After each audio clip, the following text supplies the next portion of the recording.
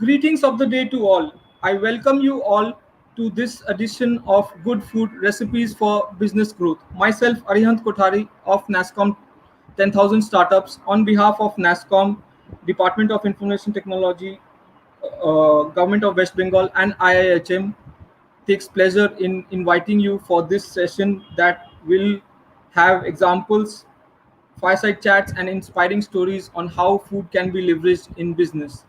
To have this session started, we will have an inaugural panel comprising of Dr. Subarno Bose, Chairman of IIHM and IndiSmart Group Worldwide, Professor Saikat Mitra, Vice Chancellor of Macaut, Mr. Sanjay Chatterjee, co-founder and CTO, Ideation Technology Solutions and member, NASCOM SME Council, and Mr. Nirupam Chaudhary, Regional Director, Eastern India, NASCOM. So I would like to now invite upon Nirupam to inaugurate this session with an inaugural panel. So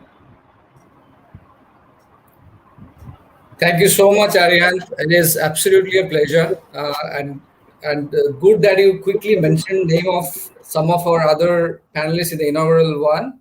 So it is absolute delight to have as a special guest Professor Shoykot Moitro, who is Honorable Vice Chancellor of Macaut. Of course, this session would not have been possible without Dr. Subarno Bose, who is a hospitality evangelist and founder and chief mentor of IndiSmart Group and IIHM. Thank you so much, sir. And he's also the CEO of International Hospitality Council. So without your help, we would not have gone ahead with, and we've got a star set of speakers who are in line in today's next 1.5 hours. This is super exciting. And of course, our very own Sanjay Chatterjee, who is chairman of the SME Council here and a very successful co-founder of Ideation Technology, very passionate about the business that he runs, and super excited to have you all today. As the inaugural plenary is limited time, about 20 minutes or so, I would quickly set a context as to what the business of food is for all of us and how technology is basically playing a big role there. In the audience, most of you would have seen a movie called Chef, in 2014 movie, John Favreau. For maybe a very limited percentage of you who would not have seen that movie, I would just quote 2-3 scenes or relive 2-3 scenes where our celebrity chef in that movie, he was critiqued and he didn't like that critic, and someone wrote, it was on Twitter, and he tweeted back immediately without understanding that it went to his whole audience. So his reply to which he thought is going to the critic chef is actually gone live to all others, and it basically created a chaos for him. So that this is certainly one example. If we are not knowing technology and if we are not taking the right handle of that, it creates problems for us. Going forward in that film, when he passionately takes his food truck across various towns, and when his just 7 or 8-year-old son, he's so tech savvy, he knows Twitter, he knows microblogging, he knows how to create these quick videos of 1-minute videos, or he knows he tweets about his father taking the food truck to various cities, and people actually are waiting for the food truck to arrive to that city.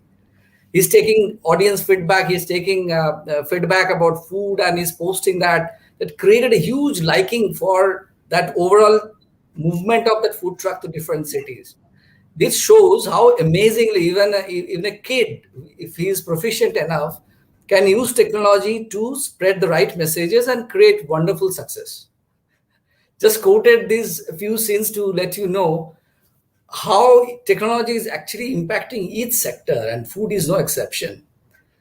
We have just gone through a very, very bad phase of the second wave of pandemic. And many of us, including our family members, our immediate friends, colleagues, many of us would have suffered in this bad times. In fact, if it would not have been for proper food deliveries being done to our comfort of our homes, and good quality ones, when we know that there is proper tracking of the guys who are bringing the food or chefs, if we don't know what food we are getting, what are the reviews of, and if you're not able to pay online, we would not have had the luxury of having the right food at the right time when perhaps the whole family was quarantined. I personally suffered like that, and we went through those crises because digital is helping us to do that. It's across sectors, be it restaurants reaching out to their target audience, be it celebrity chefs reaching out to the target audience, be it small startups who are in this line, who are trying to reach out to the audience. Technology can make real impacts, and we would hear more about it going forward. I would stop here, and I would take the opportunity now to call Professor Shoykot Moitro to give his special inaugural address. It was a pleasure to have a discussion with you a few days back, and our aims to with Macau, what we plan to do together as well. So super excited to have you here in this panel today, and it's over to you. Thank you. Thank you, Mr. Nirupam Chaudhuri. It's a great endeavor by NASCOM to organize a program in digital platforms on good food where IIHM is also a partner, and all who are present over here, Mr. Sanjay Chatterjee, Dr. Subarna Bose, Mr. Nirupam Chaudhuri, they are all associated with our university system. NASCOM is doing tremendous work in spreading a startup culture across the entire country. And here we are also from this university has taken a pledge to move this startup, this movement in a formidable manner, taking the support of NASCOM and all other, these persons who are proficient and who are experts and who have shown the path. And I believe that our association that will, definitely generate certain positive outcome in the near future in the shortest possible time. Now, if we come back to our discussion of today, that is on good food, it's a very, very pertinent and relevant, this area, because in future, what we are observing that technology in food that is coming up in a big way, particularly the intervention of technology. Many organizations, they are investing, this huge amount of money in food sectors, and in future we will be witnessing the emergence of altogether a very, very, the widespread sector called food tech. I can, suggest some of the areas where we will be seeing, this widespread application of technology in near future, which has already been taken up different organizations like, this.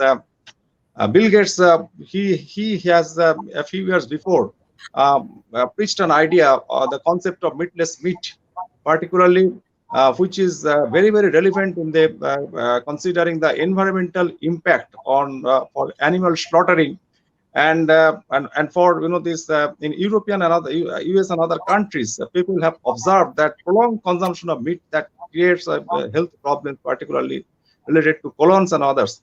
And for that purpose, this the developed countries moving towards adopting a culture of taking vegan foods, and in those foods, how to blend this taste of meats, and that is one of the area of this biological research, and that is this that has already this come up in this market in some format, and in near future it will be this widespread.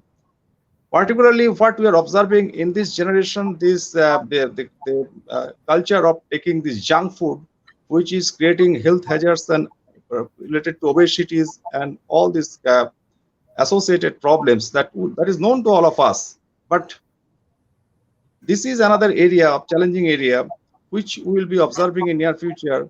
The taste of this junk food, how it can be transferred to healthy foods or healthy diets, so that people can consume healthy foods with the similar taste of junk foods, and that will that will maintain the health of the consumers as well as that will save the environment also, because when we are going to process the meat, that requires huge quantity of water consumption. The country which are facing water crisis and which will be facing acute water crisis in near future, particularly a country like us, there these types of this technology intervention is very much needed. So this is one of the area. There are other areas as well, particularly how to improve this this shelf life of this food, how to preserve this food for a longer period of time, how to check the adulteration of the food. particularly all this perishable food, the problem is this, it gets spoiled over a period of time, and the sufferer is the consumers. So how technology can help the consumers to identify whether the food is of right quality for consumption or not. This is another area. Self-life improvement is another area. There are lots of technological, these aspects involved. This packaging is involved, nanotechnology is involved, biological science is involved, information technology is involved, management is also involved. So lots of areas are coming in this way. We have big potential in this country because we have, biodiversity. We have the potential of supplying vegan-based food to entire world, and that can develop the change, this entire economic scenario of this, change the economic scenario of the country. And there are lots of technology intervention required. I believe that in near future, many young minds will come in this area, join this area for taking up many activities in the form of startups, innovation, incubations, and these will be, these are catalytic. These will have a tremendous effect in catalytically changing this entire economic scenario of this country, because we want to have develop a numbers of these startups here. And because this employability of startups in large scale is more compared to bigger organizations, because it has been observed that bigger organizations, because of automations and for so many factors, employability has reduced to a significant extent. So therefore, the future is of startup, future is of knowledge-based, these industries, small and micro industries, and industries where these people, the health of and environment of these surroundings and health of the people is more important. So here, I believe this today's discussion that will this from this all the participants, all those who are watching these programs, they'll be benefited in getting some form of ideas or opinions from different experts and persons who will be giving their views here. And with these types of programs, we have also taken from our university platforms, and there all the experts from NASCOM and from other areas also, they are joining continuously. And I'm very much thankful to Dr. Subarna Bose, Mr. Sanjay Chatterjee, and Mr. Nirupam Chaudhuri for supporting all our activities in that way. And with this, I'd like to conclude my best wishes for a grand success of today's program. Thank you. Thank you so much, Professor Moitra. You really touched upon 3-4 aspects which are forward-looking and which are really going to make a lot of impact. I'm sure startups are also listening, and we want support and help and in association with people like you who can inspire us going forward. I would now request Sanjay Chatterjee to speak about what would be some of our initiatives from NASCOM, and also on this sector, what you think going forward, how the sector could be impacted, and how technology is impacting the sector as well. Sanjay, over to you. Yeah, thanks, Nirupam. Thanks, Mr. Moitra. It's really nice for your nice speech, and Shubhananda for initiating this program. I'm here in this program primarily to learn from the food tech. So that's one of the area definitely I expect to know a lot of things. And as Nirupam said, NASCOM, both national level as well as our Eastern Zone level, we are in the process of formalizing for the next 2 years plan. And of course, in alignment with the central national plan as well. For the east part, we have identified few of the areas already. And just to give you some statistics, as you even know, probably like NASCOM total membership, 80% of the members in NASCOM are from SME sector. And if you just draw a similar analogy, I mean, probably more than 90% of the whole industry is SME, right? So that way, what we thought, why not 2 areas that will be of our focus? Of course, there are other areas like talent, resources, and all those. But 2 primary area probably from the Eastern Zone we'll be focusing in next 2 years. One is the market access. In the market access, both in terms of the domestic as well as in terms of the international. So in international, like demand supply and how a lot of MSMEs are there. I mean, our IT companies, our members and all, how they can get to that market. So that's one of the agenda. So it will be business to business connect. It might be through different forms of communication.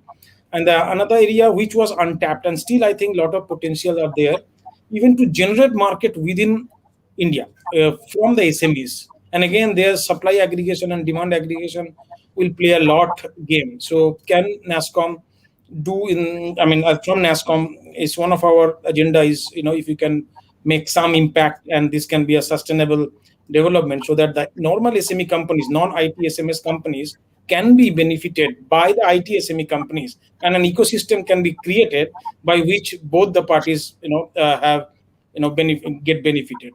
For example, if you just to give an analogy, if you see like India has, I mean, Bengal has the maximum number of MSME in terms of the number of MSMEs as well as in terms of the revenue also for last 2 years. So given in such scenario, there are small, all the villages, every villages, they have their own unique products. So can we take those products in the market? And now for those even small artisans, maybe a small company or maybe an individual, they do not afford to make their even website or take their product to any platform like Amazon and also. But this, if can be aggregated, a lot of things can be done. So this is one of the area probably we will give a lot of focus to get our product, which is Indian product, to the market internationally.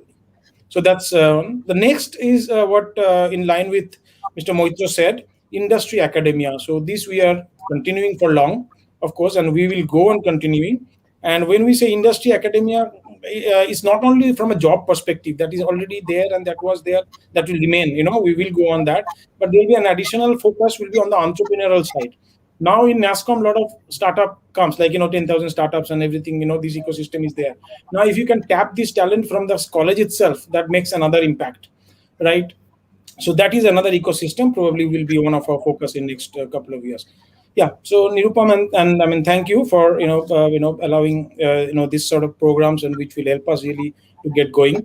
And thank you everybody who is participating, and really look forward to this program to listen and learn from this. Thank you. Absolutely, Shanya. Thank you so much. I mean, it's absolutely. I mean, our startups who are listening in, we have a lot coming in the next few quarters, and we would be committed to work with you to grow the community. Absolutely. Now over to Dr. Subarna Bose for the most anticipated his keynote address for the inaugural panel. Dr. Bose, I mean, he's an inspiration. I mean, I have been that the celebrity chef Olympiad, which he had done for so many years now. I was fortunate to go to two or three versions, and I was blown up. But I just saw so many countries participating and what he had achieved, and it's really commendable. And we are so proud that this kind of events are happening in Kolkata. And of course, it's happening, whereas the last version happened online, right? So we're super excited, and we are inspired by you, Dr. Bose. Please, please let us know some of the future plans and what's in store in this sector and the way forward. Over to you. Well, thanks, Nirupam. Thanks, Sanjay.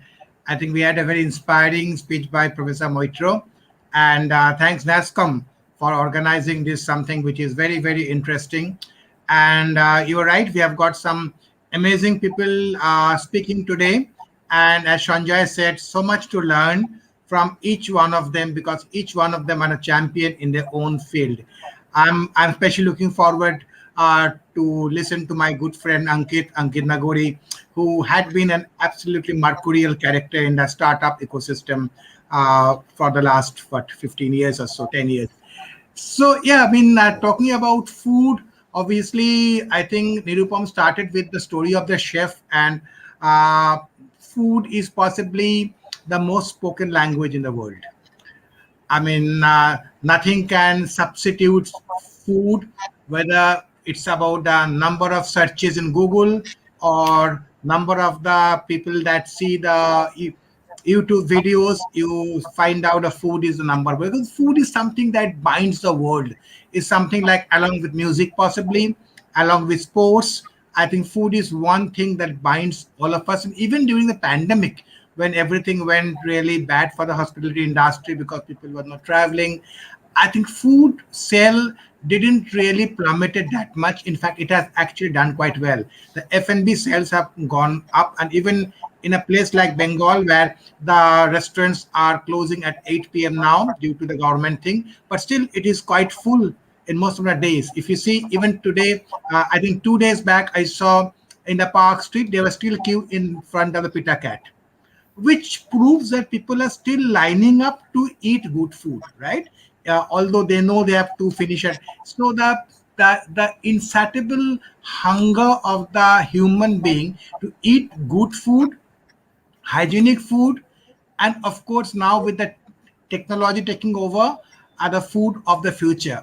As Professor Moitro said, the molecular gastronomy, where I can do a prawn curry for you with soybean, no problem. I mean, at IHM, we do that every day.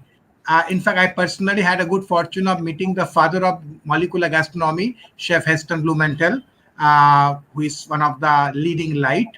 And my friend Sean would be joining. He's also with me when we met. And he said, I am not a chef, I am a chemist. So he is doing all chemistry, all the smoke coming out of the food, all the chemicals been used to induce that kind of an mood.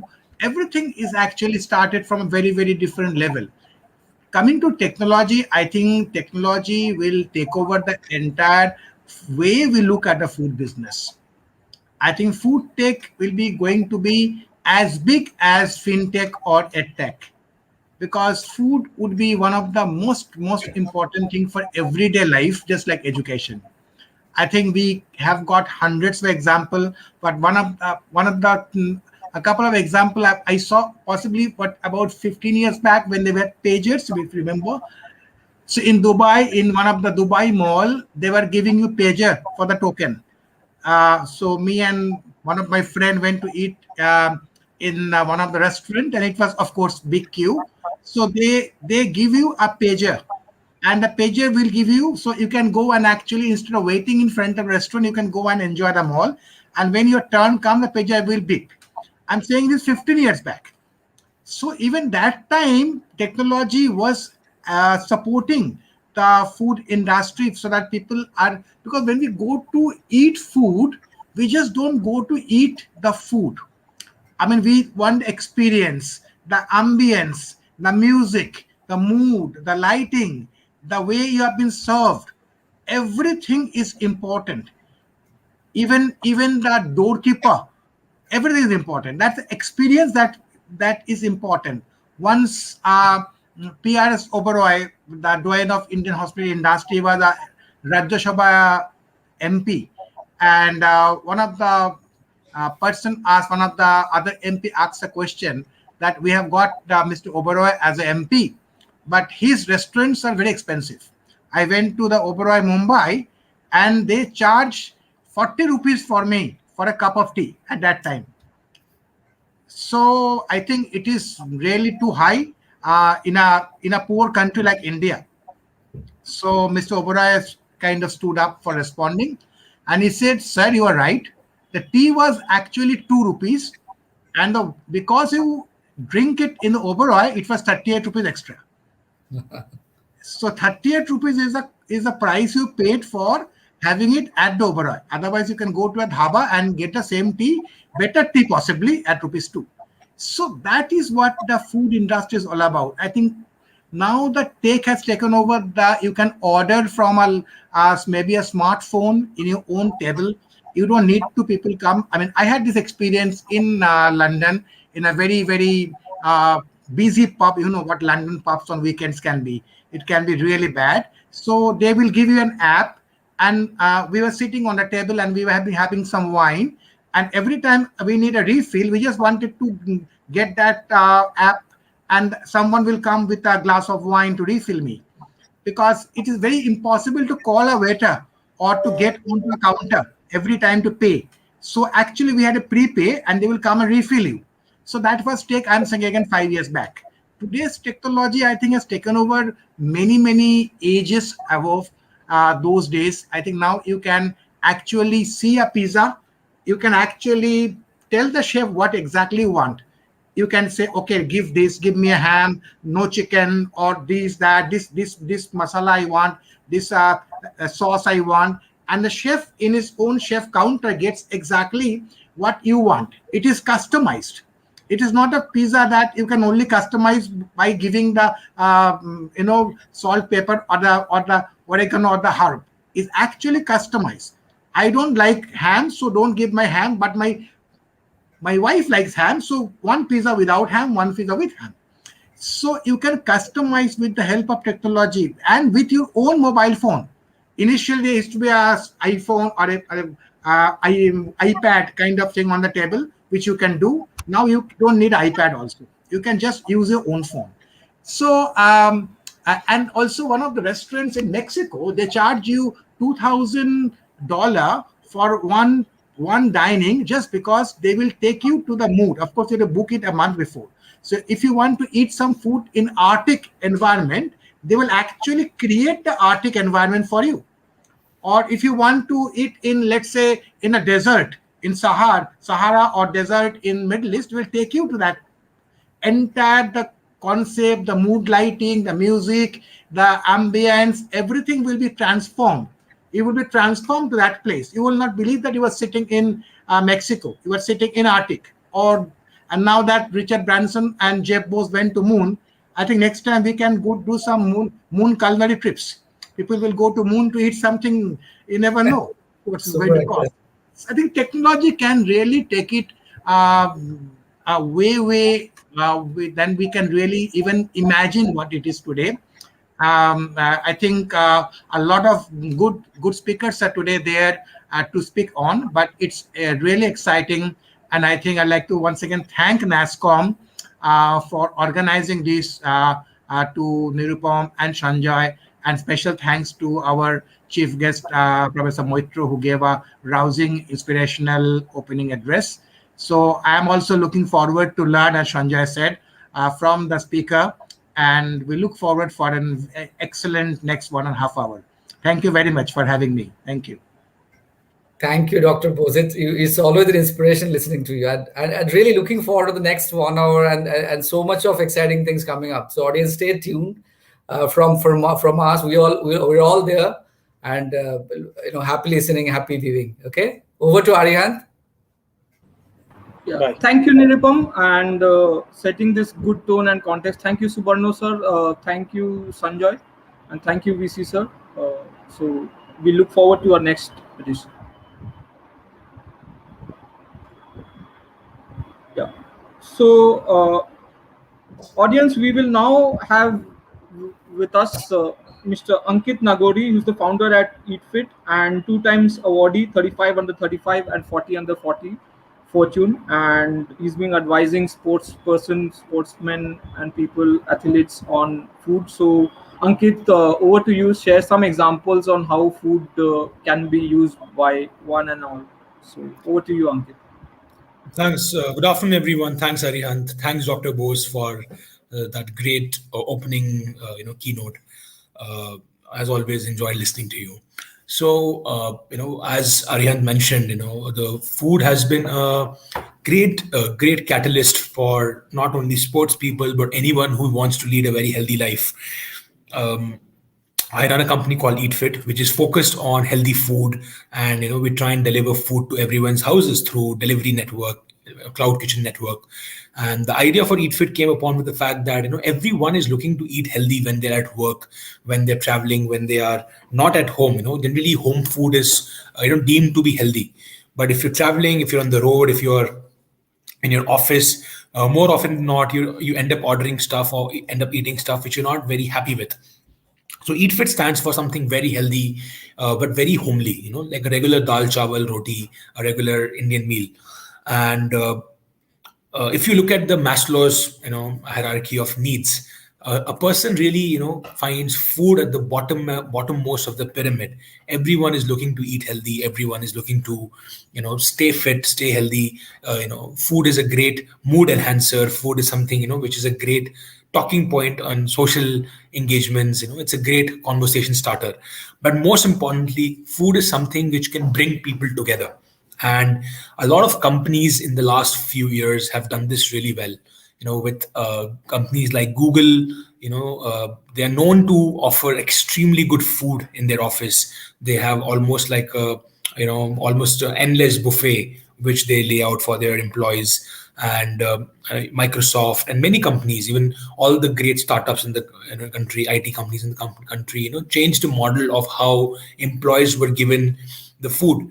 But of course, the pandemic had changed a lot of it. A lot of the buffets and the food as a great perk from the company changed completely with the pandemic, and a lot of companies also changed their model. So companies like EatFit and many other companies started sending out the employee food boxes to the respective houses. If a particular company had 200 employees where the food was being given in the company, still the companies continued to give contract to companies like EatFit, and they started ordering food. Not only did it become a very important necessity during the pandemic and during the lockdown, it also became a great way of celebration. Imagine a company having an all hands over Zoom call, and still all the employees are able to eat the same pizza, or a pizza of their choice. All of them can be together during the all hands. So pandemic has been extremely testing for one and all, but there are ways in which people have come out and helped each other. One other important aspect of high quality food, or better food, as, or a good food as the session is called, for employers, or for even even sports people and athletes, good food really differentiates your performance from average food. Good food is something which is balanced, which is nutritious, high on fiber, high on protein, not so high on bad fat, low on cholesterol. So if it's a good mix of macro and micronutrients, it can do wonders. It can help you regulate your mood. It can help you, feel satiated through the day. It can keep your glucose levels high, but not spiking levels, but at the optimum levels to keep you energetic, and making sure that you're not feeling hungry very soon. So if food is designed in a way where it's a great mix of all of these, then you have a very very standard or a very high performance day.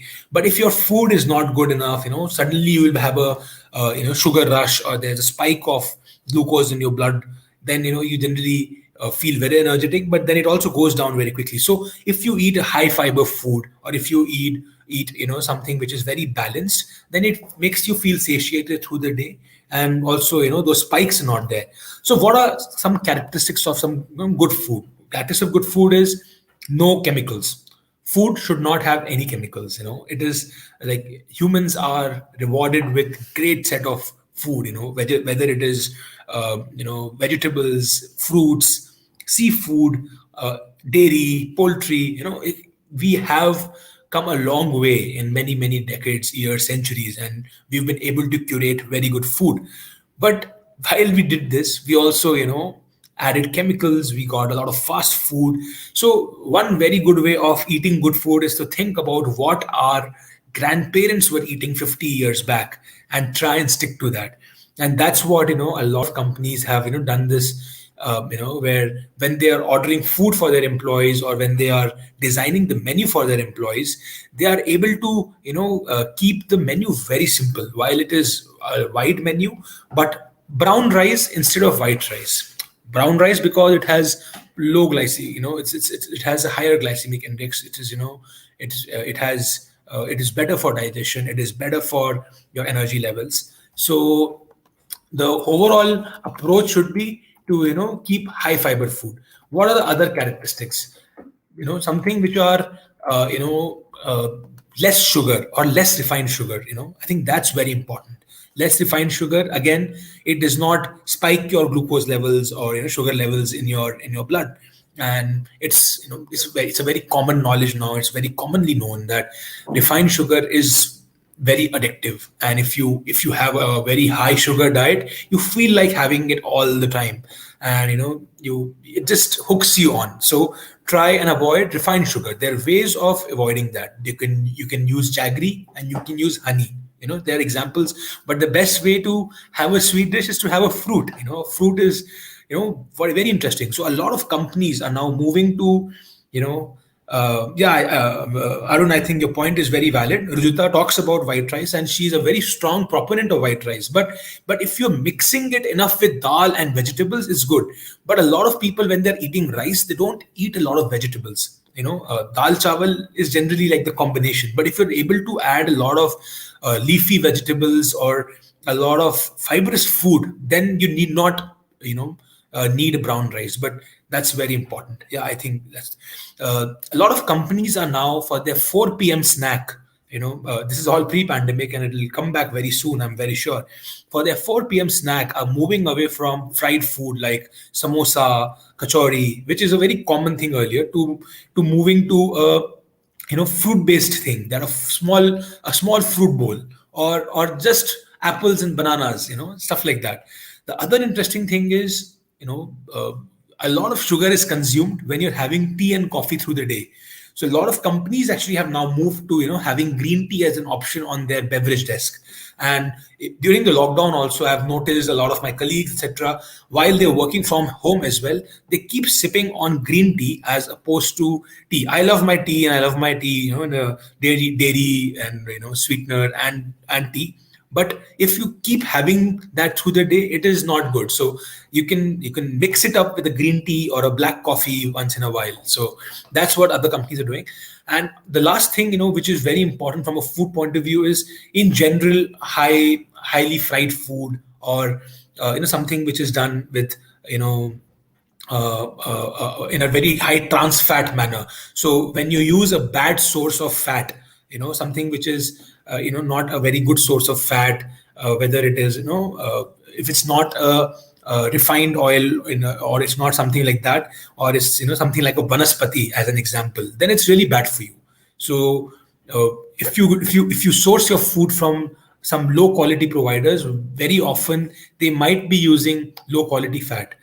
And I'll talk about glycemic index. So if you source your food from low quality players, the chances of them using poor quality oil is high. So it's super important that you know what fat are you using, and we should do. So glycemic index is, of course, a metric for how quickly the carbohydrates are broken down in your body, which increases the glucose very, very quickly, that spike which I spoke of.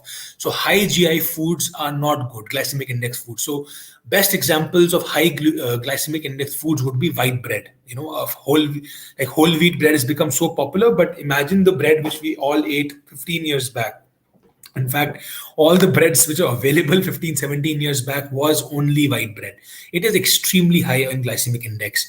White rice, which is not, mixed with vegetables, just the white rice, it has relatively higher glycemic index. What are the products with low glycemic index? A lot of complex grains. Imagine ragi, jowar, bajra. They are very good for you. They are low on glycemic index. It gives a feeling of satiety. So a lot of companies in their office buffets now have moved to multiple forms of bread, not just chapati or paratha, but even a jowar and a bajra bread. Of course, these are for very futuristic companies, but it's very easy. Even at home, now in a work from home environment, it's easy to, just replace a lot of these grains with ragi, millet, instead of rice, a barley. So, all of these are important. So the overall point is that food has been a very important motivator for people at workplace, and even in a work from home environment. People are working through the day. They can, while they are seated at their desk and working through the day, it can, small nudges, small changes can make you very healthy.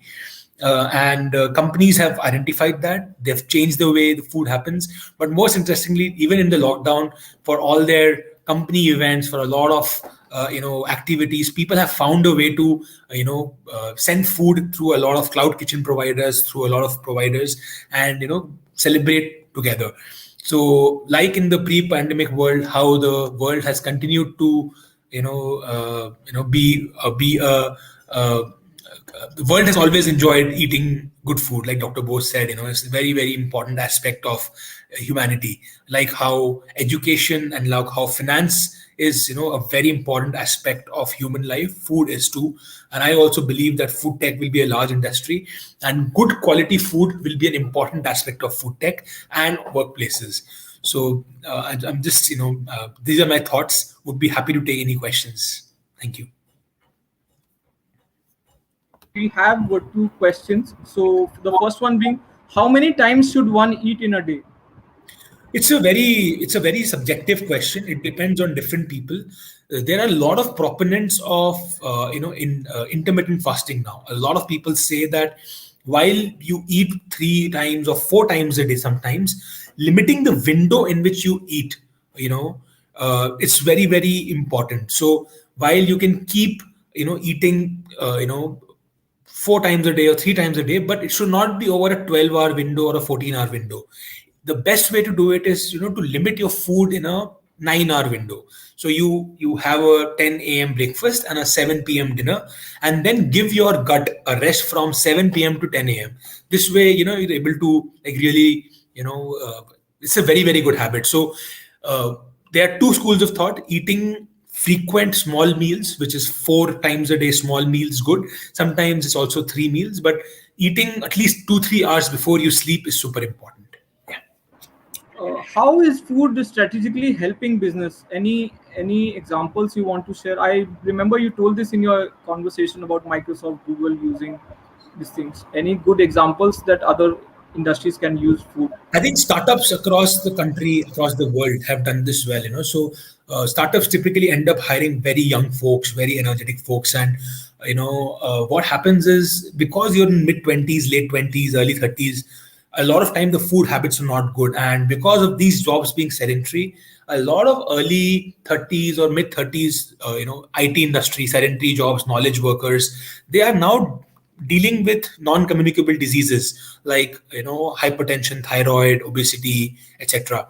And I think startups across the world or companies across the world have identified that.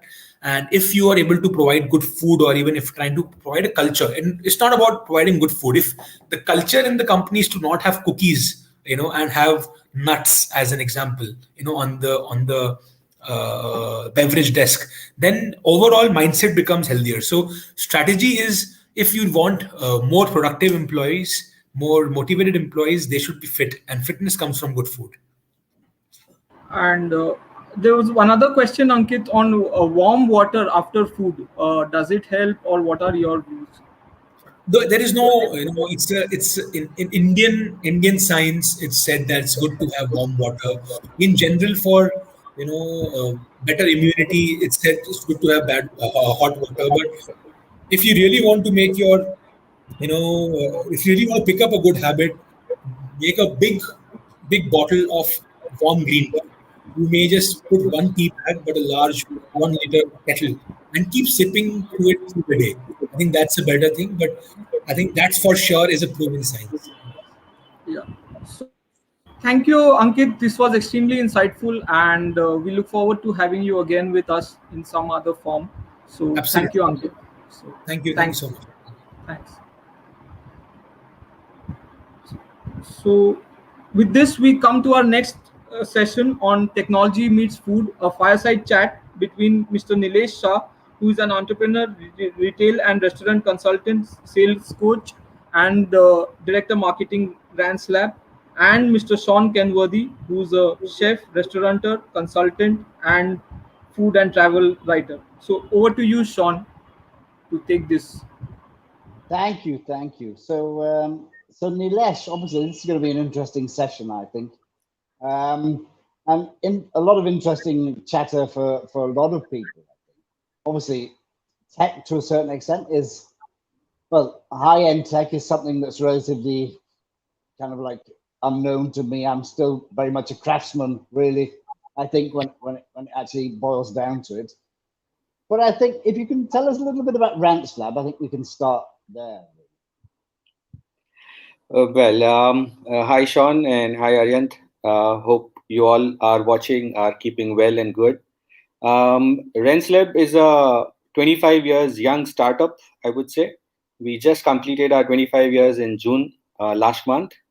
And we love assisting retail restaurants and hotel businesses with our all-in-one software that tracks, controls, and optimizes all the business processes, such as point of sale system, inventory management, loyalty program, supply chain management, payroll, analytics, and chain outlets. And the software works for all size of businesses, small or large, standalone outlet to a chain, online or offline, and presents all the actionable reports on time, on the move. And with these data-backed decisions, these businesses makes profit sooner, reaches break-even faster, and opens new outlets quicker. Fantastic. So that's pretty much it in a nutshell, really. I thought this was Yep. going to be like a 5-minute introduction. So No. Yeah. Yeah. So just before we get on to the next question, where have you seen the most growth in this? I'm guessing in or use of your products. I'm guessing in QSR kind of like formats, fast food formats. I'm guessing.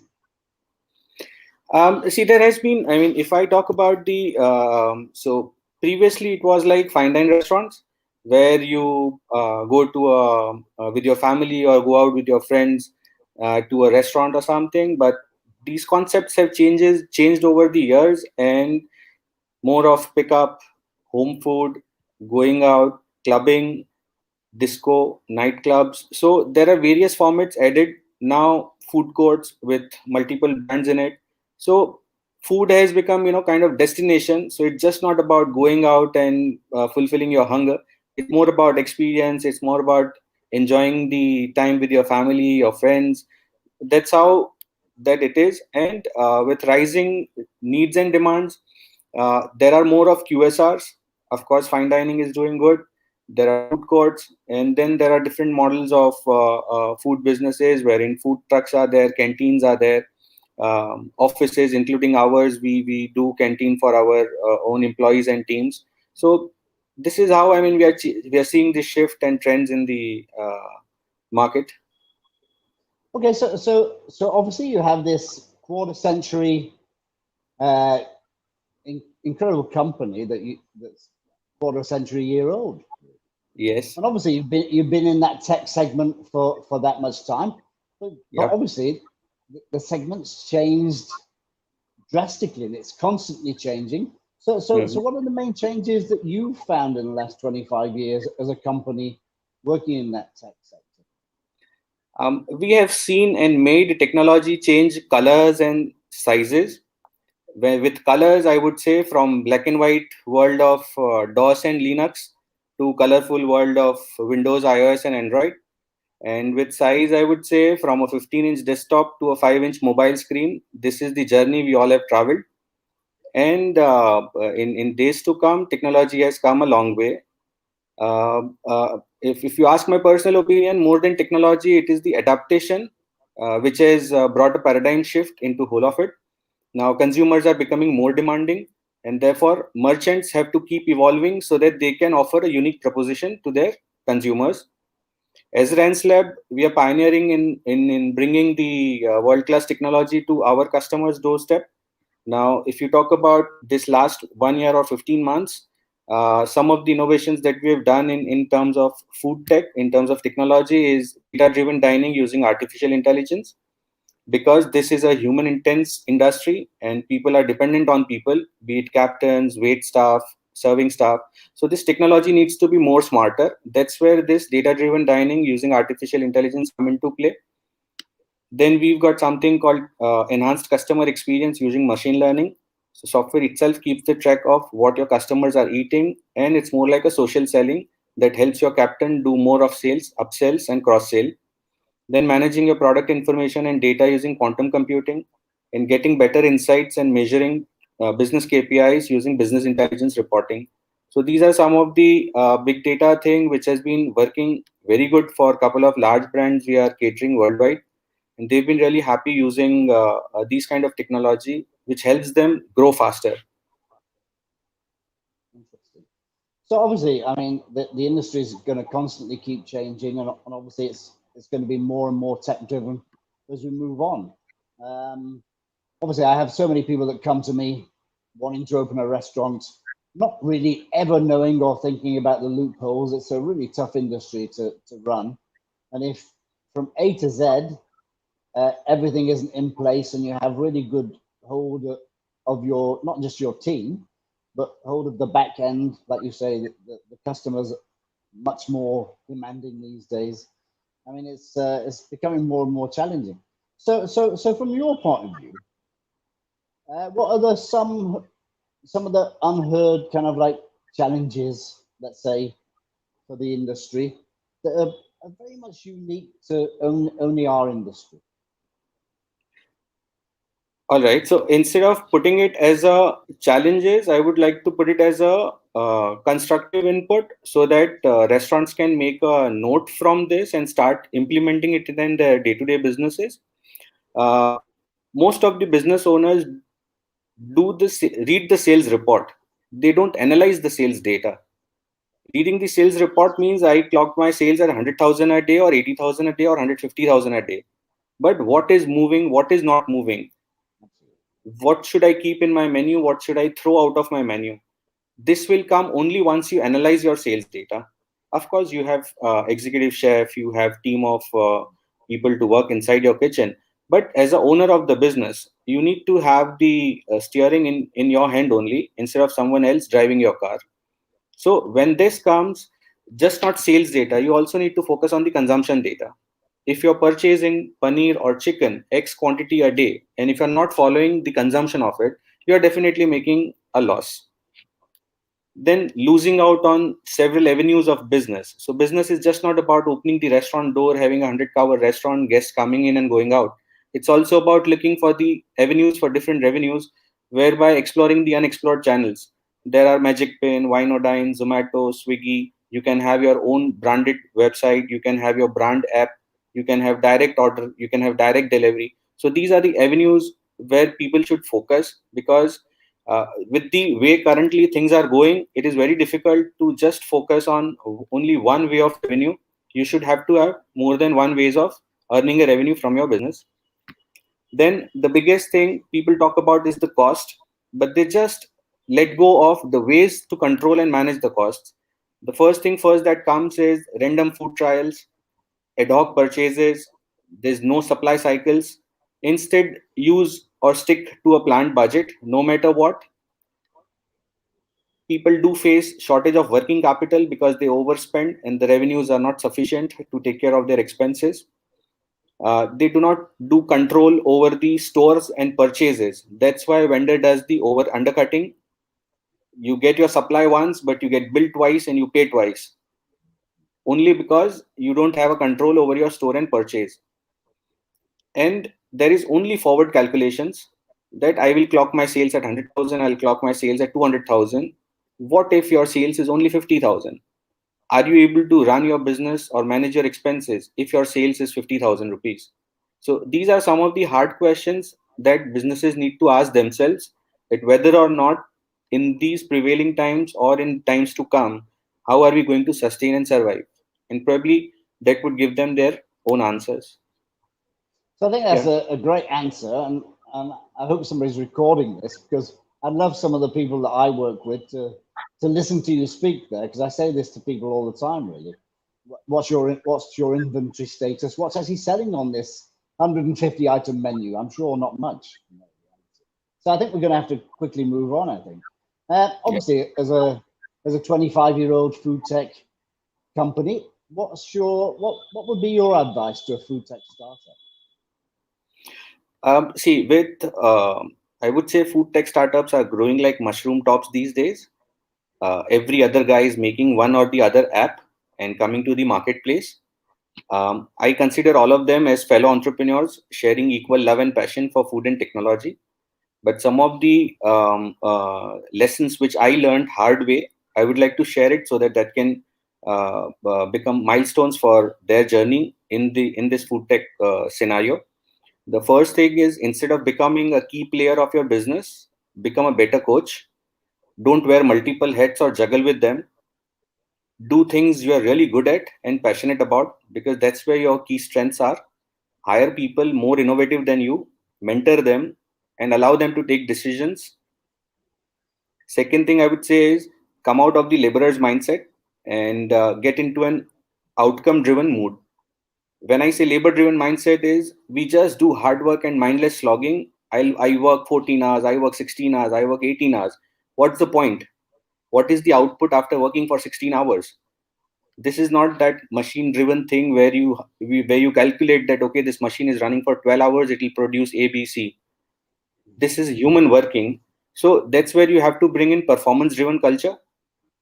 The job of your job as a CEO or MD or owner of the business is just to think well so that your team's efforts are channelized. And the job limits to yourself is to take a small number of significant decisions that really makes a big impact on your future and future of your business. And third and the final thing is, please focus on creating value and not the valuation. Valuation is a byproduct. In order to create value, keep doing experiments and more experiments. It's better if you make a new product which wipes out your old one instead of your competition doing it for you. Absolutely. Yeah, so yeah, I mean, there's so much information there for anybody, for whether it's a startup or a restaurant owner or somebody that's going into the business. And there are things that obviously I rant and rave about all day long, but nobody tends to listen most of the time. But I mean, it really is seriously. A lot of people say to me, "What's it like abroad?" Let's say in the UK, for instance, where I'm from. I say so quickly. You have to get rid of at least 80% of your staff and have a really smart, workable inventory and menu, etc. And that's really where your starting point is. So obviously, I think we're probably running out of time now. We're going to have to move quite quickly. So what advice would you give to restaurateurs, whether they're established restaurateurs or people who are looking to go into the business before they invest in some software? See, as a software, I would say don't just buy multiple software for doing multiple things. For doing a billing, you buy a point of sale system. For doing your inventory, you use spreadsheet or some registers. For doing your financial accounting, you buy some financial accounting management software. And then as the owner of the business, when you want to compile data, you have to take down data from all 3 or 4 different softwares. And by the time you compile the data, this data is about 3 weeks old. So in today's fast-paced world, what will you do with the data which is 3 weeks old? Something which is gone is already gone. You can't do anything. So all you need to do is to put a system that connects and controls all your business processes into one and gives you a result on your key tip. You are not dependent on an individual. You're not dependent on any company. Your software should speak to you. Rather, it should start sending out reports to you. Now, a lot of people think that, when I'm buying a software, I'm starting up with the restaurant, people are little tied up with the capital investment. So whether we should invest into a 5,000 software or whether we should invest into a 50,000 software. So now, when you buy a restaurant or when you plan to open a restaurant, do you think about that whether I should buy a space of 10,000 rupee rent or I should buy a space of 50,000 rupee rent? No, you check on the location, whether this location is good or not. Whether I'm going to expect a required footfall or not. Then you focus on your kitchen and then you focus on your ambience and other things that comes in a chronological order. Similarly, when you're looking for a software, start looking at not from the money perspective, start looking at from the output perspective. No matter, and it's just not money that you're going to invest. Along with money, you're also going to invest your time and efforts. So after you invest your time, money, and efforts, what is the break-even time in which you're going to get this amount back? Let's say by putting a software, if you are able to reduce it by 2 manpower, you are saving the salary of those 2 manpower, and accordingly, either you are getting your payback in 3 months or 4 months of time. And similarly, till the time you use this software, you are going to get this money back, which brings you to the ROI part. So focus it from the perspective of investment, break even, and ROI, the same way you do it for your business. And your answers will be in front of you. So where do all the great ideas come from in Rance Lab? How does all that work, really? I mean, like I say, I'm not used to really techie teams, but obviously you can give us some idea. Yes, so these ideas definitely comes from customers, their needs and challenges. We reach out to them, we sit down with them, we sit inside their kitchen, we understand how they do their purchases, how they do their sales, how they manage their inventory. So I've personally stayed on floor at a lot of the kitchens, and you being a chef and consultant understand how kitchen and store and other places of the restaurant in Indian scenario is. So we have spent countless hours there. We still do the same thing, and we learn from that grassroots level up and understand that these are their needs and challenges and build system around it. instead of building a system and then going and putting it in the market. So I don't know how we're doing for time, but I'm guessing we're getting quite close now. So I have two last questions for you. So I guess we're going to have to. Well, I think there's probably going to be some questions. So what's how do you spend a typical day as an entrepreneur? See, my day basically starts a day before. So I don't think about what am I supposed to do tomorrow morning. I decided yesterday night. And it starts with the postmortem of the day. What actions to rope in for tomorrow? What kind of job delegation needs to be done? What outcome is expected from tomorrow? Mornings are usually kept for important meetings, calls. And as I said, post lunch comprises of site visits. So where we go meet, if I'm talking about myself, I go meet my customers, probable customers, visit their kitchen, visit their factory, visit their warehouse, go down, try and understand what are the things they are doing, what are the things they are doing differently, and what kind of technology we deliver so that it makes sense to their business. So this is how, and of course, late evenings are for parties. So this is how the day completes. So my last question, obviously, you're talking about late evenings, so that's probably why you have sleepless nights, perhaps. I don't know, but as an entrepreneur, what kind of things in business really give you sleepless nights, other than the late nights drinking? The late night parties always gives me best sleep, but yes, lack of planning and synchronization. So if what was expected for today and what is achieved, what is not achieved, what needs to be brought forward for tomorrow, and the synchronization between different departments and teams. So if these things are not done, probably that gives me a sleepless night. And for me, if these things are unplanned, I'm on my way to jump off from a plane without a parachute. So, and after, something happens, blaming the team or market or competition or customer, I really call it crap. That, it's you who is responsible for your business. So there's no point shouting or cribbing about it to anyone else. So do your work well and probably enjoy the rewards. So, yeah. So that a great session. I think a lot of great information for anybody out there, whether you are a restaurateur, whether you're planning to be a restaurateur, whether you want to be a startup. I think there's some great information, and I think that there's a lot of great takeaways from that little conversation we had. I'm guessing there's going to be some questions, and I'm guessing we're probably about 20 minutes now. So are there any questions? So have a look in the chat. Both. One is for both of you in terms of, first I'll take this up with Sean and then with Nilesh. So how has COVID changed for you? For Sean, like food remains the food, but how has COVID changed?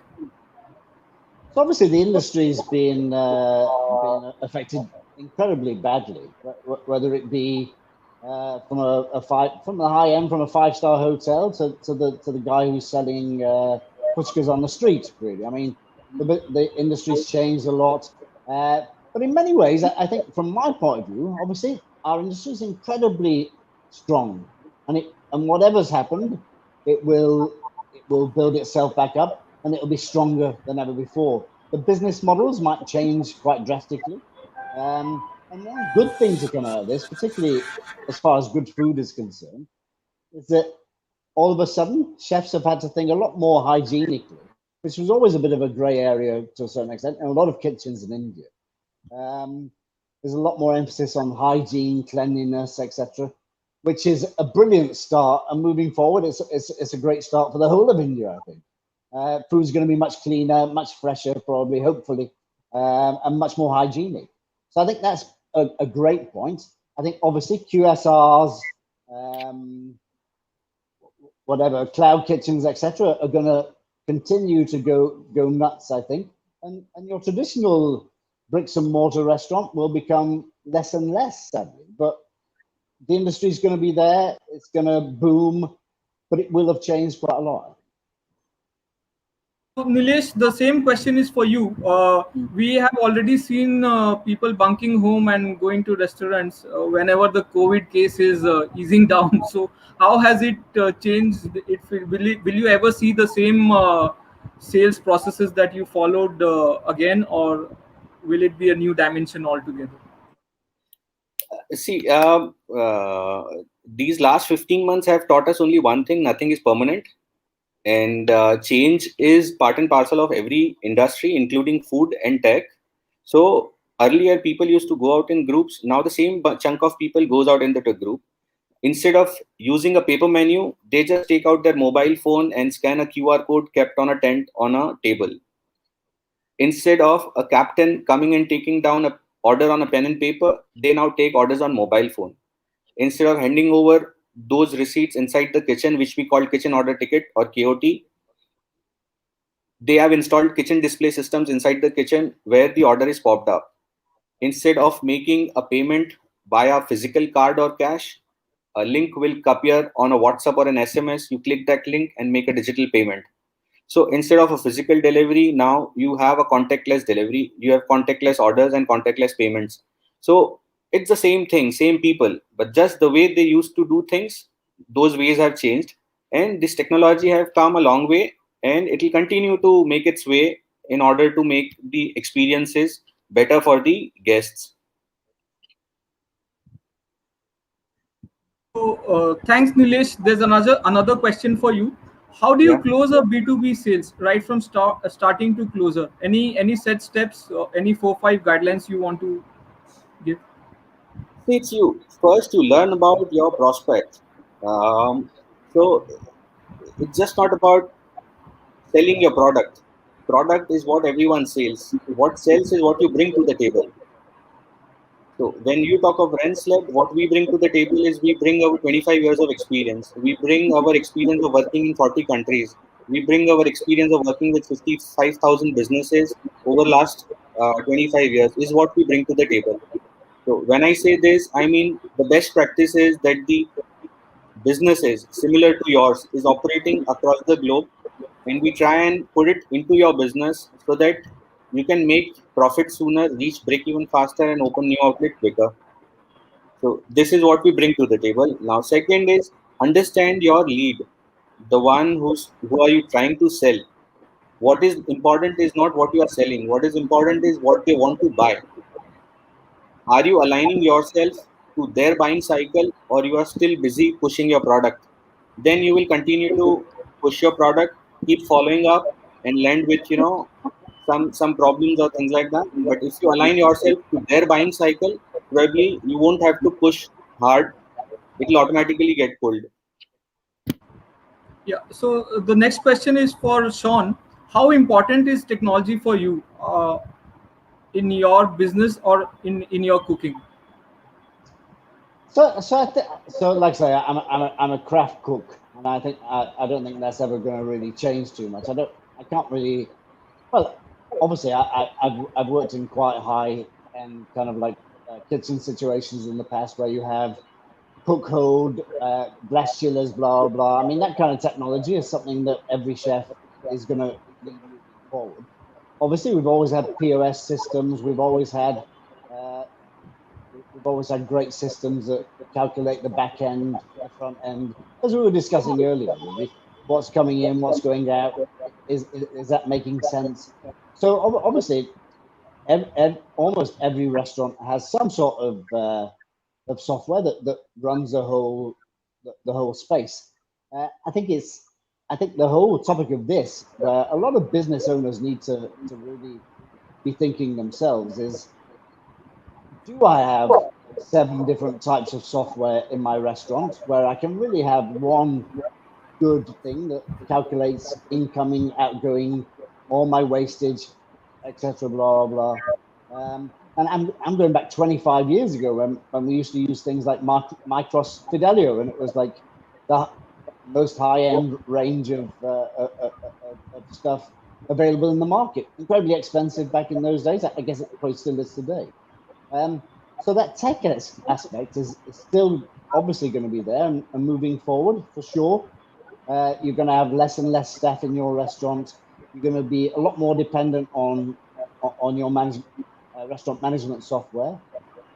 And like I said earlier, I think a lot of it is to do with, I think as restaurateurs, most people just listen to too many people. I think like physically listen to too many people. When really, if they're looking at data, your data pretty much tells you everything. Really. So I always have an issue with something like I sell 100 items of something, everybody's happy, but I get one complaint and suddenly it's a bad thing on a menu. Really. I mean, this is nothing to do with tech. This is just to do with restaurateurs being twitchy to every kind of like small thing that somebody might complain about. And I'll say there's nothing wrong with that. Just in that case, then I think 1% problem is no problem at all. So tech is going to be here for the future. It's going to be around forever, I think. And everybody needs to sit up and understand. I mean, a lot of 5-star hotels in India don't have so much tech going on in their as of today, but it will happen. We're still very staff heavy in India. We still have a lot more staff than we really need. But moving forward, staff is going to get more and more expensive every year, and people will want less and less people. Yeah. So long answer. Sorry. Right. So with this, we pretty much come to an end to this fireside chat. Not that we wanted to end the way it was going and the way you all have put it together in terms of learnings for our participants. So thank you, Sean, and thank you, Nilesh. We look forward to having you again very soon. So thanks. Thank you, Aryan, and thank you, Chef. So with this, we come to the last part of our session, that is Startup Speaks. So we have with us Mr. Shubham Maheshwari, founder of Being Chef, Mr. Naman Pugalia of Peppo, and Mr. Avik Chanda. So this is the 10th episode that we are hosting, and over to you, Avik, and to take this up. Thanks, Aryan. Very good evening to all of you viewers, and a very warm welcome to this 10th episode of Startup Speaks. This particular episode is brought to you jointly by the Department of Information Technology and Electronics, Government of West Bengal, the International Institute of Hotel Management, or IIHM, along with NASSCOM 10,000 Startups, together with, of course, the support of our broadcast partner, Proho.in. And today we are very excited to have with us two superstars, super celebrities from the startup ecosystem, Naman Pugalia, founder of Peppo, and Shubham Maheshwari, the founder of Being Chef. Naman, in the interest of time, why don't I get started with you? So, quick question. I was told that you have a hard stop at 5:25. Does that still stand? That's correct. Unfortunately, it still stands. It's an investor meeting, which, as you can imagine, is something that I can't move around. So we'll just get going. Why don't you take us maybe a little bit, right, through your journey, the evolution as an entrepreneur, from the days when you set up Fourth Lion to first walking in technologies to the way that it's really evolved and fructified in what you see as Peppo today. Sure, Avik. So Fourth Lion was really a garage set up when I took a sabbatical after my stint at Google, which lasted for about 2.5 years. So Fourth Line was a garage that ran 3 political campaigns at the Lok Sabha, Vidhan Sabha, and local body levels. And while we were working on these campaigns, a formidable retailer, the late VG Siddhartha of Cafe Coffee Day, who himself was a bit of a political junkie, shadowed some of these campaigns and said, if we applied some of the techniques that you use to get out the vote to the world of retail, perhaps we can make some magic happen. And his hypothesis was spot on because we started working with Cafe Coffee Day back in 2015 when First Walk-in Technologies was born. It continues to be a startup that builds engagement products for quick service restaurants. So we began with Coffee Day, worked with McDonald's, continued to work with Jubilant Foodworks, and have run some of the world's largest loyalty programs, offer engines, for some of these brands. While we were doing this is when we realized that all of the restaurants, big and small ones that work with aggregators on their online ordering, have a diverse set of problems. And if they could get a solution that addresses some of these problems, it would be beneficial, of course, to the industry, which is all of the merchants that I'm alluding to, as well as end consumers, and that's when Peppo happened. So Peppo is in its nascent stages, and what it does is really inverts five vectors that currently don't work for restaurants. The first one being the high commissions they have to pay if they are on aggregators. Second, that they don't get customer data. Third, that all of the tech is very tightly bundled. Fourth, that there is a lot of cannibalization happening by the aggregators. And fifth, that there's a lot of rigidity in terms of the policies that govern their presence on these aggregators. So that's the evolution of my journey and the hypothesis behind Peppo.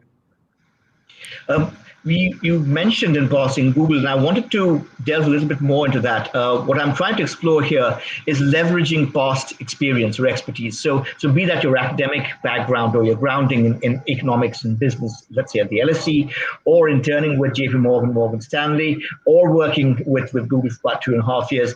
How has that, I'm wondering, shaped not just your way of thinking and strategizing, but maybe your overall outlook, your ethos? Yeah. Sure, Avik. Yeah, that's an interesting question. So I actually began my career in government at the Unique Identification Authority of India, working as part of Aadhaar's founding team. So that was my formative experience, and then Google, of course, happened before my entrepreneurial foray. So I'd say that look, working on large-sized projects in government and outside government at Google has done a lot to shape my thinking on the building blocks approach that we have. So in some sense, everything I've done since then has been about architecting things right and building for scale as opposed to scaling as you go. The difference is that when you kind of view the world with the former lens, you're doing a lot of the thinking upfront, taking your time with design and architecture, and then really kind of going into the sales, marketing aspects of building a business. And when you do the latter, of course, you're kind of working on acquisition, so on and so forth, only to realize that the underlying architecture doesn't support your ambition. So I think working with tech in government and outside, and volunteering on India Stack, which I've done since 2009 now, has really kind of fomented a lot of these ideas that we've ended up working on. Great. So now I'm going to go to the next question directly, which talks more about, I'm going to try and club 2 or 3 things together. One is, of course, the predicament of COVID, right? And because you have a separate set of offerings saying together at COVID, that's they're very loud and bold on your website. But at the same time, if we look a little bit more about Peppo's USP, so just about everyone in the sector today is talking about the Peppo advantage, right? And what I understand, just in a couple of sentences, is that at some point of time, this may have catered to the McDonald's, the KFCs, the big daddies. But today, it could be my home kitchen. It can just be a little hole in the wall where I've got my cafe, to any kind of a restaurant, big or small. You're basically creating a platform for fair play, right? Talk to us about the Peppo advantage. Sure, Avik. So, look, I think you've articulated it better than I probably could have. But the idea is exactly that, which is to take the learnings from our experiences with quick service restaurants and with the tech that we've built for them, with the ordering engine work that we've done for them, and transplant that to kitchens big and small. Because I think the appetite for an entrepreneur, for a food entrepreneur, is not limited by the size or number of their kitchens. I think everyone who gets into this business has this innate sense of wanting to cook good food and serve it to as many people as possible. And of course, increasingly, they want to do that on fair terms, in a manner that's economical, that's efficient, that doesn't take advantage of their business and their brand. And that's exactly where Peppo comes in. It empowers them with tooling at no cost to them. You alluded to together with restaurants during the COVID period. So we don't charge anything for onboarding. We don't charge anything as monthly or annual fees. We don't charge anything as an order fee at the moment, till lockdowns persist. Of course, when lockdowns are lifted, the only charge we'll apply is really a small fee, only when orders come in. So the idea was to kind of build this out in a manner that helps them scale their business and helps them scale it, in the most ethical manner possible. So that's really kind of led to this whole design and thought process. What's really heartening for me, right, is that you seem to really espouse what you preach, practice what you preach. I mean, in so many different companies, big and small, you have grand vision statements and mission statements that don't always necessarily translate into practice. But what you said, I'm just trying to map that to what you've said in your website, saying, why are we different or how are we different? That's because we care, we really do. And that's kind of what came to me. I know we've just got you for another like 2 or 3 minutes. So why don't I fire, I think Arihant is desperately wanting to ask you, and so many other people. With the IPO, right, of Zomato, how does that affect not just the entire ecosystem, but particularly the sector that you guys are working in? Yeah, look, I mean, it's an interesting event. Firstly, congratulations to the company, its investors, its employees. I think, a lot of work has, of course, gone into making this moment happen. While these events tend to reek of overnight success, it's a lot of effort that typically, goes into a corridor of this sort. Now, having said that, look, India is unique as a market because of just how radically some of these aggregators have bundled their offerings. This is the only country where restaurants have to use the user experience, the kind of cataloging engine, as well as the fulfillment fleets that an aggregator offers. And they have to do this at huge costs to their business, right? So commissions are anywhere between 25-30%. This is not the case in most other markets across the globe. You can choose to use aggregators as marketplaces and do fulfillment yourself. You can choose to have your own front end and only use aggregators' fleets. So, there's a lot of flexibility when it comes to using the technology stack that's on offer. That's not the case in India, which is unfortunate. So I think what Zomato ought to think about is, what business does it want to be in? Does it want to be a marketplace? And if it wants to be a marketplace, then why doesn't it liberate some of the policies that govern restaurant participation on its platform? Does it want to be a super app that does groceries as well? Right? If so, then, how would it explain to its investors subsidizing one loss-making business with another low-margin business? Right? I mean, difficult for me to fathom, but perhaps easier for others to fathom given the interest in its IPO. So, I think we are also going to discover how unforgiving or not public markets can be. They function very differently from private markets. It's just day one. So let's see how this plays out. And I, of course, hope that over time, just like one of the other aggregators has realized the value of going direct or helping restaurants go direct to its customers, I hope that the company in question also sees the value, unbundles some of the things that it does, and works in the interest of all the merchants that are present on its platform. Because finally, look, large movements require coalitions to come together. And I really hope that, all of this happens in a fair and ethical manner for restaurant partners as well as end users. The challenge with coalitions is that they have a tendency to become collusive oligopolies. All right. We've come to 5:25. So, Naman, this was way too short, but thanks so much for giving your time, and I'm sure we're going to have you back very soon. Thanks a lot, Avik, and good meeting you, Shubham. And I hope that we can, interact at length on another occasion. I apologize for having to leave prematurely. Sure, best of luck. All right. Thanks, Naman. So, Shubham, this essentially now becomes a fireside chat with us. Just you and me. So maybe why don't we start, because if I look at the journey of being chef, and correct me if I'm wrong, it's close to about 7.5 years now. Right away. Around that, right? So from the early days of just conceptualizing that, ideating, and saying, okay, this is what I want to do. And right now, talking about you being an awardee of the Forbes 30 under 30, Asia in this year, 2021. If you look at this entire 7.5 years journey, what would you say have been some of your key learnings? I mean, the high points, certainly, take us through it.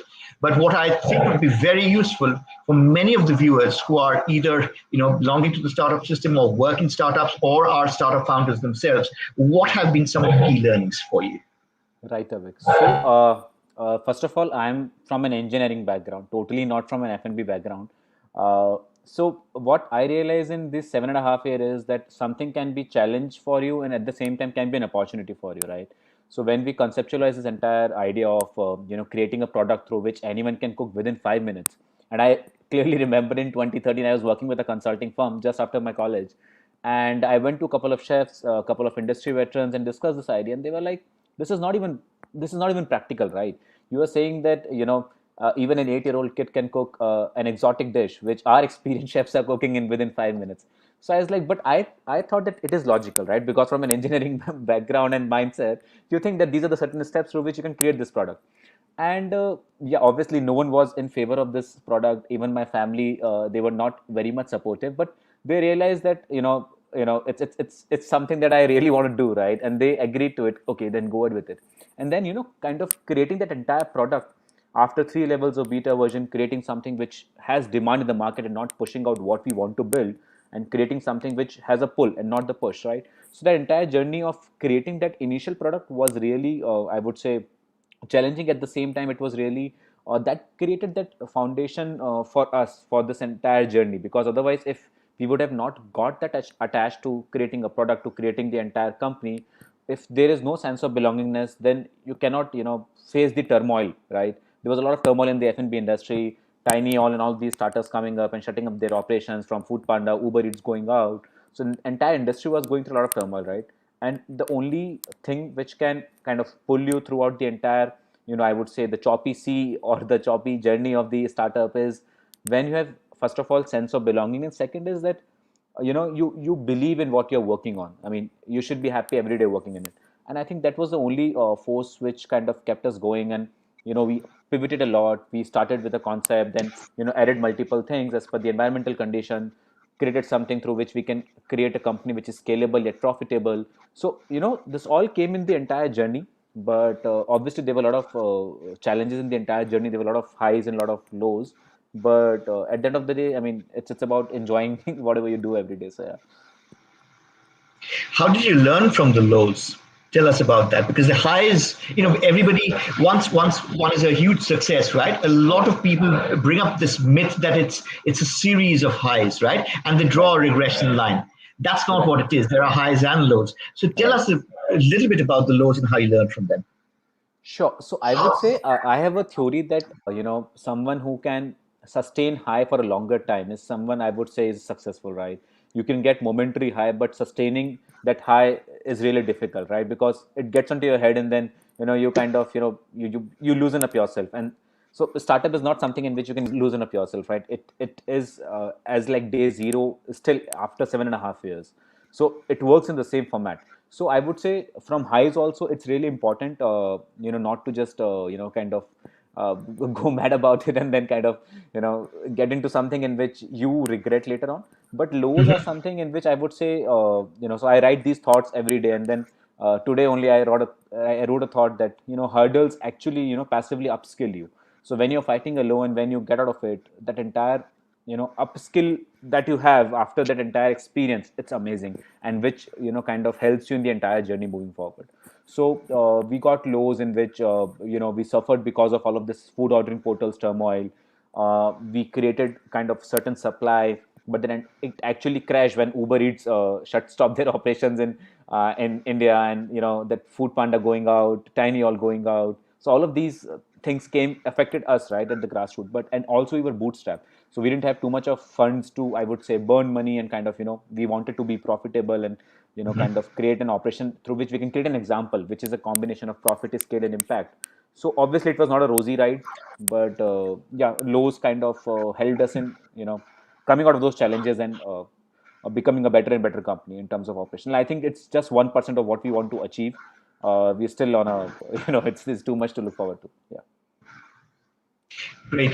Shubham, you mentioned working for a consulting company earlier, and I know that at that point of time you were sort of completely immersed in designing and maybe driving marketing and sales strategies for international firms, maybe US firms. And I know, again, from a sectoral standpoint, none of them were probably F&B. They were more like pharma, maybe, or healthcare, etc. Completely different sector. But at a very fundamental level, I'm wondering whether that experience of saying, okay, how do I market these particular products, has that helped you when you developed your own strategies as far as marketing and sales is concerned for Being Chef?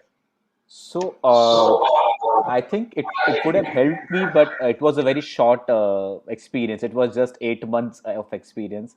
I left the company in just 8 months of joining it. But obviously, if I would have started just out of my college, there would have been a couple of things which I would, would have learned hard way, right? So consulting obviously gives you a lot of experience in terms of when you're dealing with the big giants of pharma companies, and directly consulting obviously is an exciting field to work in, right?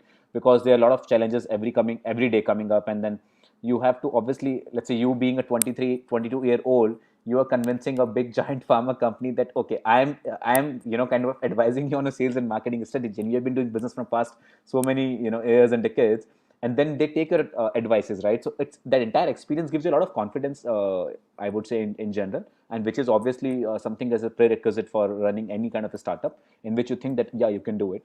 But so I remember that we did a meeting with Genpact, and it was regarding serving around some 35,000 meals in a single day. And it was in 2015, just 1 year into the operations. And I went to that meeting, and they asked me that you are just 24 years old, and do you think that you can really do this? Otherwise, if you'll kind of if you'll do anything wrong over here, it will kind of end your entire startup journey in just 1 year of the entire experience. And I was like, I don't know from where that confidence came, but I was like, so this is very small as an opportunity, and I have done this in the background in my college time and other things, and I think this is I would definitely not say that this is a cakewalk, but yeah, this is something which is manageable. And just because of the confidence in the entire our experience and kind of our past experience of 1 year, they gave us this opportunity, and it went so well that we replaced some of the major giants of industry, and we have been doing it after that, which is one of the most important event in NCR. So I would say that confidence was something that was one of the major key takeaway that I took from the consulting. Yeah. Mm-hmm. Right. And tell us about the idea itself, because as you said, when you first broached it with people, people thought this was crazy. I mean, this is not going to work. This is not even tenable, right? And you applied your engineering sort of formulae and mathematics to it. But around the time when you must have been thinking and exploring other choices and other options as well, what made you hone into this particular one? What was it? Was it an overriding passion about food? Are you more than a foodie, a connoisseur, a gourmet? So tell us a little bit more about the personal motivation. Sure. So so this was never the part of the plan, right? I always want to get into entrepreneurship, and I always suggest this to the people who come out and ask me that whether we should do a startup or not. So you should not do a startup because you want to do a startup. You should do a startup because you feel that some problem is so big enough that it needs to be addressed, and you feel connected to that problem, right? So from college, I was like, okay, maybe someday I will explore entrepreneurship. And then when I was working with this consulting firm, and then we used to struggle a lot with our daily meals, right?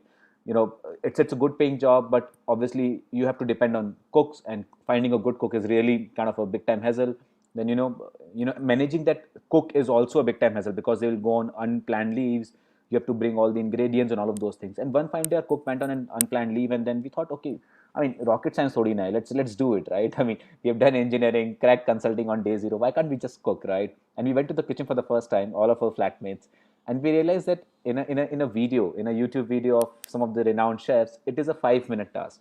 But when you actually do it hands-on, you end up spending 35-40 minutes, and then you start connecting back the dots that you obviously observe your mom passively. They spend a lot of time in kitchen doing all the pre-preparation, cutting, chopping vegetables. You have to ensure all the ingredients are available, and multiple things happening, right? And passively, a lot of millennials end up wasting a lot of food in their kitchens. And India is a country where 15% of the population sleeps hungry every night. You can't just afford to waste food. So a couple of things started connecting back, and we cooked a very basic food. But it was so shitty, and we really enjoyed that entire experience of cooking and then having that food just because it was made out of our own hands. And that thing, I think, was one of the major key motivation, as in, like, if we can create a product through which someone can cook good delicious meal within 5 minutes. And that was the basic thought. I slept on this thought for a couple of months.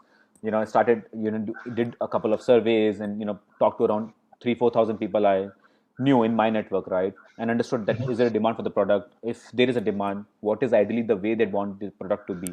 And then we developed a kit known as 5 minute recipe kit. We also People generally see it as a magic box using which you can cook anything within 5 minutes. Even if you don't have any functional kitchen, we send you end to end everything from oil to garnish. Everything is pre-chopped, pre-processed. All you have to do is just mix things up. And that's how this and after 3 levels of beta version, we were able to launch this product, because initially we developed something, but cooking time was quite high. Then people said that obviously in India kitchens are not so ventilated, not so good enough like in West. So Yes. you would not want to spend too much of time in kitchen, right? So then we came down to 5 minutes. Then second was that entire process of the cooking was too tedious. Like, you read big steps, even if you're following the recipe from the Google, right? You have to, like, now you do this, now do that, now you should see if the paneer has turned light brown or something like that. It's very, I would say, not pinpointed. Like, it's there are a lot of loopholes in the entire recipe process, right? And you have to make a lot of judgment. And we wanted to gamify the entire process and make it judgment free, that even a 8-year-old kid can cook. And that's how we, after the second beta version, came out with the 8-step recipe card. And third was kind of take into account all of the customizations that everyone has, like, because everyone has a different taste palette, right? You might be allergic to mushroom, you might not want more spicy food, and how we can take into account all of these things. So that's how this entire product, after 3 levels of beta version, it came out into picture. So So when you hone in on that final formula, right, like 5 minutes and 8 steps, it's in a way that you've templatized the entire cooking process. right. This is going to be the series of steps. This is going to be the sequence. Typically, this is the what's up benchmark kiya hua hai. This is going to Right, take you right. so much. This is going to take you so much, and that's how it comes to that 5 minute kind of mark, right? Right. For all the recipes, that was the biggest challenge for fitting all the recipes into this five Into minute that and eight. same time frame. Yeah, exactly. Yeah. Exactly, right? So I was wondering, when you were starting off, or maybe even now, when you were thinking of particular recipes, right? Do you have a person? Do you have like a chef who's an inspiration or who's a role model in your mind, and subconsciously or consciously, you're thinking of that person's recipes that you want to emulate and offer to customers? Right. So, in terms of recipe, I would say obviously a lot of renowned chefs have their own recipes, but obviously, so we wanted to explore that also, but we also wanted to take the regional recipes. If you will go and talk to people at grassroots, you will understand that they are, so it's fine. I mean, people generally say that you would like your mom's food much better than a 5-star food, right? So there are a lot of components in the entire taste of a food, right? The compassion with which it is being prepared, Yes. the entire, and you would not want. So it depends also on this, that you want to, kind of be a player which deals with the everyday food issues, or you want to be a player which just deals with the occasional food issue, right? So in occasional dishes, then you can have a different set of recipes. In everyday meals, you need to have very lighter recipes, nutritional recipes, and all of those things, right? So we mixed and matched both of the things. We took best of the recipes from. So there was people from the master chef team. They were part of our cooking team who worked on the recipes, creating all of those recipes. And also we took a lot of home chefs on our advisory board who gave their own recipes. So mix and matching of both the things and kind of creating the right blend. So Great. So when we're talking about entrepreneurship, right? And today it's a vast ecosystem, and you have people who are, particularly when you're talking about AI and algorithms and even robotics. There are so many of these fab news stories where you have teenagers, right, who are devising these things and making them market deployable. And at the same time, you also have the other end of the play, where you have probably people in there, more so in the West than here. I don't think it's caught on as yet that much, but people who are in their 40s or even 50s who've had this sort of entire career of 25 years, and then leveraging all of that experience and plus some savings and capital, and then going into. So do you have a sense of it in your mind, or a preference, for an entrepreneur, starting late or starting earlier, which is better? okay. So I think so I believe that neither starting late is right nor starting early is right. I mean, you should start when it's your actual call, and you should not be influenced by, if you have seen someone doing in a network doing it, right? So there is absolutely nothing is late. I mean, even if you're starting at 50, 55, but you believe in what you're starting in, it will work for you. And even if you're starting in 2025 and you don't believe in what you're starting in, then it will not Yep. work for you. So it purely depends on, kind of, the idea you're working on, and primarily on how much conviction you have for that entire thing. Just so I always say that don't just do entrepreneurship because everyone else in your network is doing it, or it's cool or trendy these days, right? It's not even so easy to raise investment in these times right now, Yes. right? So it's not even that rosy. It used to be rosy like 3, 4, 5 years back, but there was a lot of capital infusion happening in the Indian economy. But so yeah, obviously it's something which should be done only when you have entire kind of conviction for the idea, and there is absolutely no age. But obviously when you start early, you take a lot of advantage in terms of there is no liability. You have enough time to devote into. When you start late, you have a lot of personal, I would say, commitments that you have to take care of, and multiple other things, right? So time, if I have to say, the time that you can give to the idea, that varies, and that obviously drastically reduce when you start late. But with that, experience also comes. So obviously a couple of things become easier for you There's in a terms of the trade-off, network right? that you have. Yeah. Yeah, there is a trade-off. There is a trade. So there are pros and cons of both the things. It just you should start when the idea is so convincing for you. Otherwise, That there are you pros actually and have cons to of do both the it, things. right? Yeah, Yeah, exactly. exactly. Great. We are coming close to stoppage time, and one final question that I wanted to ask you, Shubham, and this is not you as the entrepreneur, as the founder of Being Shape, but you as a motivational speaker, right? And I want to sort of predicate this in the context of what we are seeing in the pandemic scenario. As you know, right from last year, since last March, the startup ecosystem has been really, really badly hit. So much so that there are many startups that have had to close shop and that are not coming back again, possibly, right? Right. Similarly, and there have been lots of reports, published by NASCOM and other agencies, which underscore the urgency and the problem behind that. And similarly, I would sense that there, particularly now that people are unsure about the third wave and how virulent that's going to be, etc., right? So there are lots of startup founders who are still kind of oscillating. Yeah, मैं दुकान बंद कर दूं? Should I look out for a job? Should I go into the gig thing? I have some experience. Or there could be other people who had thought originally that, all right, 2020 is when I'm going to start my new venture. And they said, okay, fine, we'll move it out to 21. And they're starting to ask themselves again, right? So Right. all of these people who've been struggling and are unsure and are tentative, what would your advice be? Okay, so obviously, whenever you will start a company, let's say if you started a company right now, there is no absolute guarantee. Let's say there was no COVID scenario and you started a company, or maybe you started a company in 2019. Obviously, you had no idea about COVID hitting in 2020, right? So environmental factors will always come in. You have absolutely no control about it, and you have to live with it, right? So there's absolutely nothing that you can do about it. If it comes to problem in sustaining the company, it's not an harm to take a break or take a kind of a slight pause in the operations. Let's say if you think that is the only option viable, right? Because at the end of the day, if you take too much of a stress, it's something which will hamper your entire health, right? And with a unhealthy body and mind, you cannot run a startup. So stress is something that you should not be taking in, and there is already a lot of personal stress and health stress that we are dealing with. So this should not be the reason for your stress, right? These are only cyclical things which are happening in this duration, and these are not the structural things, right? Things will be back to normal, things will be back in the good format and other things, right? So it's not an issue to take a pause, right? So if things are so bad that you can't sustain the operations, but otherwise, if let's say you have to start something, I think it's the best opportunity to start something, because with a lot of companies shutting down right now, there's a huge void in the supply, right? So there's always a good, and all of these demand issues are cyclical, right? These are not the structural issues, and this will rebound, right?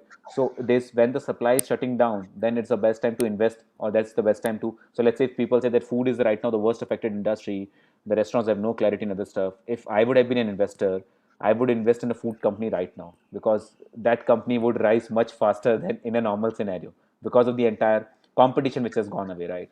So you can see things from a different perspective. It depends on what idea you're working on, and also at the same time depends on how, I mean, again, what stage you are in the idea. So if something that is something which can be manageable right now, you should manage it. Otherwise, you should somehow maybe try harder to raise capital and then keep on moving it, right? Right. Just tide over this period and then, And the tough times don't stay for longer, but tough people definitely. So I mean, I think ideally you should go with that formula. So yeah. Yeah. Great. So Shubham, it's been very, very nice, very enjoyable talking to you. And I'm sure for all our viewers who've been watching, this has given them much food for thought. So we're going to be back again around same time next month for another session of Startup Speaks. But in the meantime, why don't I invite Arihant back on the screen and hand over the baton to him. Yeah. Thanks very much. Thanks, Avik. Thanks, everyone. Bye-bye. Thank you, Avik. Thank you, Shubham. And with this, so we come to the end of the session, Good Food Recipes for Business Growth. This session would not have been possible without the support of NASCOM, the Department of Information Technology and Electronics, Government of West Bengal. Of course, our startups and stalwarts of the food industry, and the participating audience for making it so engaging. We look forward to hosting you again very soon. Thank you.